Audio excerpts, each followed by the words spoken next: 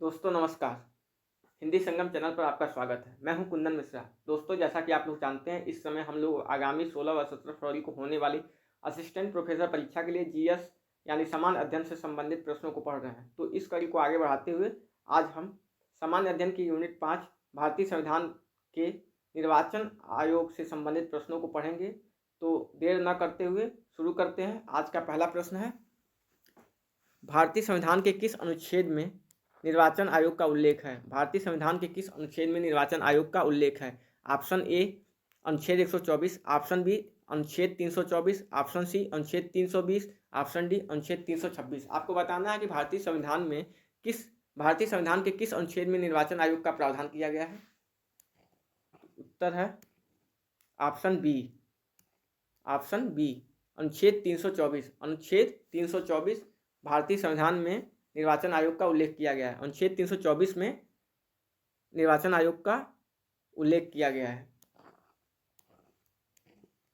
अगला प्रश्न है, निर्वाचन आयोग का प्रमुख कौन होता है? निर्वाचन आयोग का प्रमुख कौन होता है? ऑप्शन ए राष्ट्रपति, ऑप्शन बी उपराष्ट्रपति, ऑप्शन सी प्रधानमंत्री, ऑप्शन डी मुख्य निर्वाचन आयुक्त।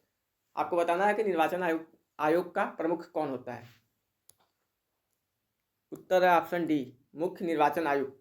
मुख्य निर्वाचन आयोग का प्रमुख होता है। अगला प्रश्न है, भारत के प्रथम मुख्य चुनाव आयुक्त कौन थे? भारत के प्रथम मुख्य चुनाव आयुक्त कौन थे? Option A K Sundaram, option B Sukumar Sen, option C SP Sen Sharma, option D T Swaminathan. Bharat के प्रथम मुख्य चुनाव आयुक्त कौन थे? उत्तर है ऑप्शन बी सुकुमार सेन भारत के प्रथम मुख्य चुनाव आयुक्त थे। अगला प्रश्न है, मुख्य निर्वाचन आयुक्त की नियुक्ति तथा उसे पदच्युत करने का अधिकार निम्नलिखित में से किसको है? मुख्य निर्वाचन आयुक्त की नियुक्ति तथा उसे पदच्युत करने यानी कि पद से हटाने का अधिकार निम्नलिखित में से किसको है? ऑप्शन ए प्रधानमंत्री को, ऑप्शन बी मुख्य न्यायाधीश को, ऑप्शन सी राष्ट्रपति को, ऑप्शन डी संसद को। मुख्य निर्वाचन आयुक्त की नियुक्ति और उसे पद से हटाने का अधिकार किसको है? उत्तर है ऑप्शन सी राष्ट्रपति को। राष्ट्रपति मुख्य निर्वाचन आयुक्त की नियुक्ति तथा उसे पद से हटाने का अधिकार राष्ट्रपति को है। अगला प्रश्न है, भारत में मतदान की आयु सीमा को 21 वर्ष से घटाकर 18 वर्ष कब किया गया?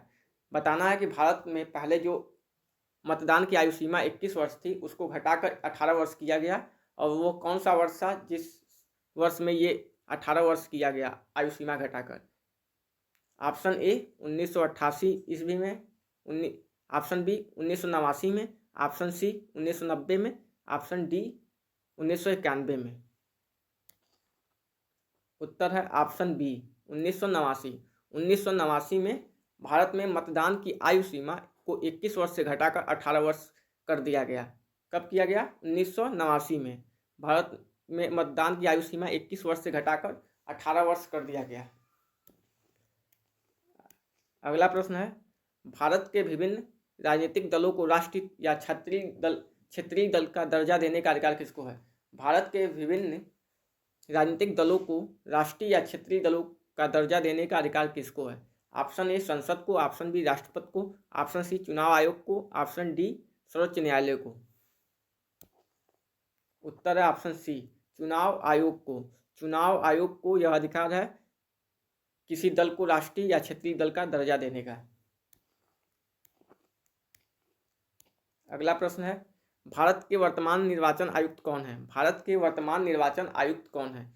Option A MS. Gill, option B Achal Kumar Jyoti, option C Sushil Chandra, option D Rajiv Kumar. आपको बताना कि वर्तमान में भारत का निर्वाचन आयुक्त कौन है। उत्तर है ऑप्शन डी राजीव कुमार। राजीव कुमार भारत के वर्तमान निर्वाचन आयुक्त हैं। अगला प्रश्न है, परिसीमन आयोग का अध्यक्ष कौन होता है? परिसीमन आयोग का अध्यक्ष कौन होता है?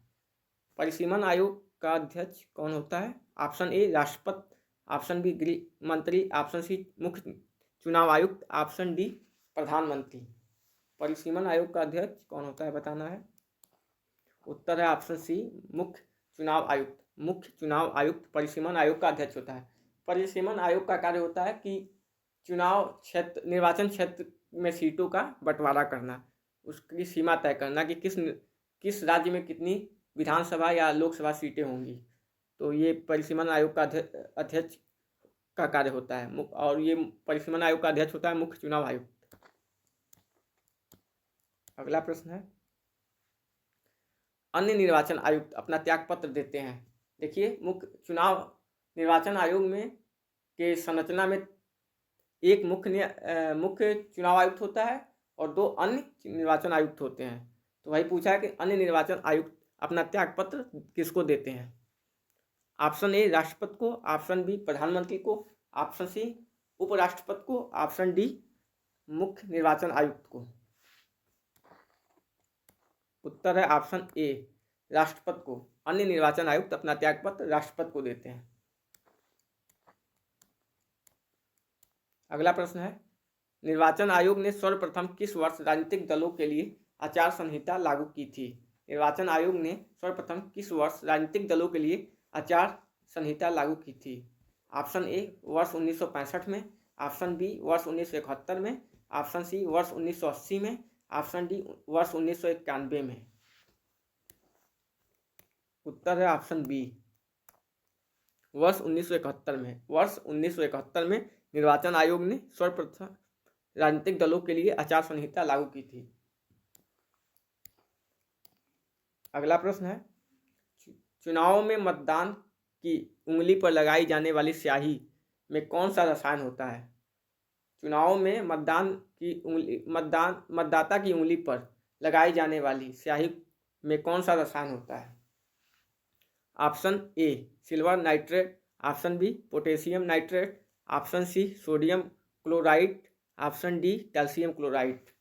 जो मतदाता की उंगली पर काली स्याही लगाई जाती है वो कौन सी रसायन होता है, तो ये आपको बताना है।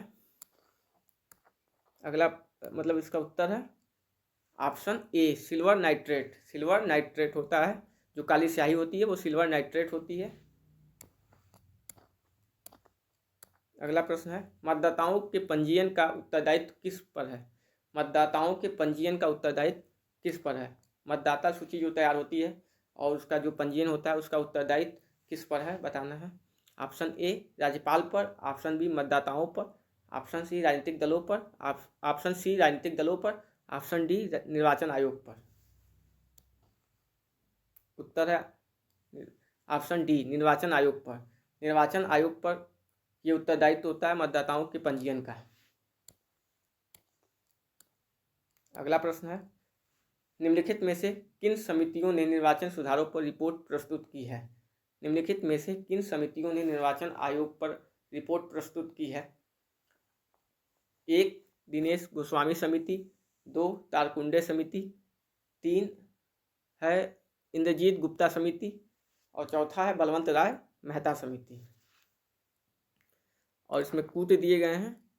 इसमें बताना है कि कौन कौन से वो समितियां हैं जो निर्वाचन सुधारों पर रिपोर्ट प्रस्तुत की हैं। ऑप्शन ए केवल 1, 3, 4, ऑप्शन बी केवल 2 और 4, ऑप्शन सी केवल 1, 2 और 3, ऑप्शन डी केवल 3 और 4। तो उत्तर होगा ऑप्शन सी केवल 1, 2 और 3, केवल 1, 2 और 3, यानी कि दिनेश गोस्वामी समिति, तारकुंडे समिति और इंद्रजीत गुप्ता समिति। दिनेश गोस्वामी समिति, तारकुंडे समिति, इंद्रजीत गुप्ता समिति ने निर्वाचन सुधारों पर रिपोर्ट प्रस्तुत की है। अगला क्वेश्चन है, भारत में निर्वाचन पद्धति निम्न में से किस देश की निर्वाचन पद्धति के अनुरूप है। भारत की निर्वाचन पद्धति निम्न में से किस देश की निर्वाचन पद्धति के अनुरूप है। ऑप्शन ए रूस, option B America, option C Britain, option D France. उत्तर है ऑप्शन सी ब्रिटेन। भारत की जो निर्वाचन पद्धति है वो ब्रिटेन की निर्वाचन पद्धति के अनुरूप है, उसी के समान है या उसी के अनुरूप है। अगला प्रश्न है, तारकुंडे समिति तथा गोस्वामी समिति का संबंध किससे है। तारकुंडे समिति तथा गोस्वामी समिति का संबंध किससे है? ऑप्शन ए चुनाव व्यवस्था में आमूल सुधार से, ऑप्शन बी चुनाव में अपराधी तत्वों की वृद्धि पर प्रतिबंध से, ऑप्शन सी राज्य द्वारा निर्वाचन के लिए वित्तीय सहायता से, ऑप्शन डी चुनाव में काले धन के बढ़ते प्रभाव पर रोक से। बताना है तारकुंडे समिति तथा गोस्वामी समिति का संबंध किससे है? उत्तर है ऑप्शन ए चुनाव व्यवस्था में आमूल सुधार से। चुनाव व्यवस्था में आमूल सुधार से तारकुंडे समिति तथा गोस्वामी समिति का संबंध है। किससे है? चुनाव व्यवस्था में आमूल सुधार से तारकुंडे समिति तथा गोस्वामी समिति का संबंध है। अगला प्रश्न है प्रत्यक्ष निर्वाचन किसे कहते हैं? प्रत्यक्ष निर्वाचन किसे कहते हैं? ऑप्शन ए निर्वाचक मंडल द्वारा प्रतिनिधि चुनना, ऑप्शन बी अभिजात वर्ग द्वारा प्रतिनिधि चुनना, ऑप्शन सी जनता द्वारा स्वयं अपना प्रतिनिधि चुनना, ऑप्शन डी इनमें से कोई नहीं। प्रत्यक्ष निर्वाचन किसे कहते हैं बताना है। देखते हैं उत्तर इसका। ऑप्शन सी जनता द्वारा स्वयं अपना प्रतिनिधि चुनना। जनता द्वारा स्वयं अपना प्रतिनिधि चुनना प्रत्यक्ष निर्वाचन कहते हैं। जनता द्वारा स्वयं अपना प्रतिनिधि चुनना प्रत्यक्ष निर्वाचन कहलाता है। अगला प्रश्न है भारत में निम्नलिखित में से किन चुनाव में मतदाता उपरोक्त में से कोई नहीं नोटा विकल्प का प्रयोग कर सकता है? पूछा गया है भारत में निम्नलिखित में से किन चुनाव में उपयुक्त में से कोई नहीं नोटा विकल्प का प्रयोग कर सकता है? एक लोकसभा में, दो राज्यसभा में, तीसरा है राज्य विधानसभा सभाएं, चौथा है विधान परिषद में। इसमें बताना है कि किन चुनाव में नोटा का प्रयोग किया जा सकता है। नीचे दिए गए कूट का प्रयोग कर सही उत्तर चुनिए। ऑप्शन ए केवल 1 और 2, ऑप्शन बी केवल 2 और 3, ऑप्शन सी केवल 1 और 3, ऑप्शन डी 1, 2, 3 और 4। उत्तर है ऑप्शन सी केवल 1 और 3। केवल 1 और 3 यानी कि लोकसभा और राज्य विधानसभाओं के चुनाव में नोटा विकल्प दिया जाता है मतदाताओं के लिए। लोकसभा और राज्य विधानसभाओं में के चुनाव में मतदाता नोटा बटन का यूज करता है। अगला प्रश्न है भारत में निर्वाचन के संदर्भ में वीवीपैट का सही पूरा शब्द रूप निम्नलिखित में से कौन सा है? Option A voter verifiable poll audit trail, option B voter verifying paper audit trail, option C voter verifiable paper audit trail, option D voter verifiable paper account trail. VVPAT का पूरा नाम बताना है। उत्तर है option C voter verifiable paper audit trail. Voter verifiable paper audit trail. अगला प्रश्न है निम्नलिखित में से कौन सा कार्य निर्वाचन आयोग का नहीं है? निम्नलिखित में से कौन सा कार्य निर्वाचन आयोग का नहीं है? ऑप्शन ए राष्ट्रपति और उपराष्ट्रपति के चुनाव के लिए चुनाव कराना, ऑप्शन बी संसद और राज्य विधानमंडलों के चुनाव कराना, ऑप्शन सी किसी राज्य में स्वतंत्र एवं निष्पक्ष चुनाव के लिए अनुरूप दशा न होने पर राष्ट्रपति शासन लगाए जाने की संस्तुति करना, ऑप्शन डी निर्वाचन सूचियां तैयार कराने के कार्य का निरीक्षण निर्देशन एवं नियंत्रण करना है। तो आपको बताना है कि इन 4 ऑप्शन में कौन सा कार्य निर्वाचन आयोग का नहीं है। उत्तर है ऑप्शन सी। ऑप्शन सी किसी राज्य में स्वतंत्र एवं निष्पक्ष चुनाव के लिए अनुकूल दशा न होने पर राष्ट्रपति शासन लगाए जाने की संस्तुति करना ये निर्वाचन आयोग का कार्य नहीं है। किसी राज्य में स्वतंत्र एवं निष्पक्ष चुनाव के लिए अनुकूल दशा न होने पर राष्ट्रपति शासन लगाए जाने की संस्तुति करना ये निर्वाचन आयोग का कार्य नहीं है। बाकी तीनों कार्य निर्वाचन आयोग के हैं, जैसे राष्ट्रपति का चुनाव, उपराष्ट्रपति का चुनाव कराना, संसद और राज्य विधानमंडलों का चुनाव कराना, निर्वाचन सूचियां तैयार कराना आदि आदि ये निर्वाचन आयोग के कार्य हैं, जबकि राष्ट्रपति शासन लगाए जाने की संस्तुति करना निर्वाचन आयोग का कार्य नहीं है। अगला प्रश्न है जनप्रतिनिधित्व अधिनियम 1950 निम्नलिखित में से किनसे संबंधित है? जनप्रतिनिधित्व अधिनियम 1950 निम्नलिखित में से किनसे संबंधित है? 1 मतदाता सूची के निर्माण से, 2 राजनीतिक दलों के पंजीकरण से, 3 संसद तथा राज्य विधानसभा में सीटों के आवंटन से, 4 निर्वाचन क्षेत्रों के पुनः निर्धारण से। नीचे दिए गए कूट का प्रयोग कर सही उत्तर चुनिए। ऑप्शन ए केवल 1, 2 और 3, ऑप्शन बी केवल 2, 3 और 4, ऑप्शन सी केवल 1, 3 और 4, ऑप्शन डी 1, 2, 3 और 4। तो बताना है कि जन प्रतिनिधित्व अधिनियम 1950 किनसे संबंधित है।